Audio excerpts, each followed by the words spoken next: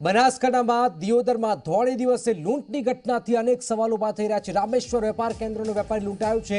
બે અજાણ્યા શખ્સો વેપારીને લૂંટી ફરાર થઈ ગયા છે। આંખમાં મરચાની ભૂકી નાખી લૂંટ કરાવાઈ છે।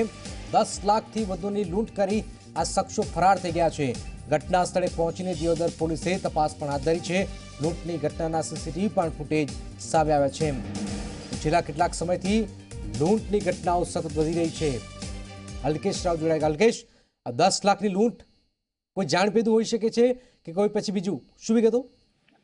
જી ચોક્કસ જનક વાત કરું તો બનાસકાંઠામાં હવે લૂંટની ઘટના આમ બનતી જાય છે। પહેલા થરાદમાં દોઢ દિવસે બંદૂકની રિવોલ્વરની અણીએ એક સોની વેપારીની પાસે લૂંટ કરાઈ હતી, તો આજે દિયોદરમાં ધોળા દિવસે બે અજાણ્યા શખ્સો રામેશ્વર વેપાર કેન્દ્ર પાસે આવ્યા હતા। જોકે બેમાંથી એક જે શખ્સ હતો તે બુકાની પહેરીને રામેશ્વર વેપાર કેન્દ્રના અંદર આવ્યો હતો। ત્યારબાદ તેને જે વેપારી હતો તેની આંખમાં મરચાની ભૂકી નાખી હતી અને નીચે નમીને જે વેપારીના પૈસા ભરેલી જે બેગ હતી તે લઈને ફરાર થઈ ગયો હતો। જોકે આ ઘટના બાદ આજુબાજુના લોકો એકઠા થઈ ગયા હતા અને તુરંત જ દિયોદર પોલીસ મથકને જાણ કરવામાં આવી હતી। જોકે હાલ તો દિયોદર પોલીસ ઘટના સ્થળે પહોંચીને તપાસ હાથ ધરી રહી છે। સીસીટીવી કેમેરાના ફૂટેજ પણ સામે આવ્યા છે, જેમાં સ્પષ્ટપણે દેખાઈ રહ્યું છે કે એક અજાણ્યો વ્યક્તિ બુકાની પહેરીને જે વેપારીની આંખમાં મરચાની ભૂકી નાખીને પૈસા લઈને ફરાર થઈ ગયો છે।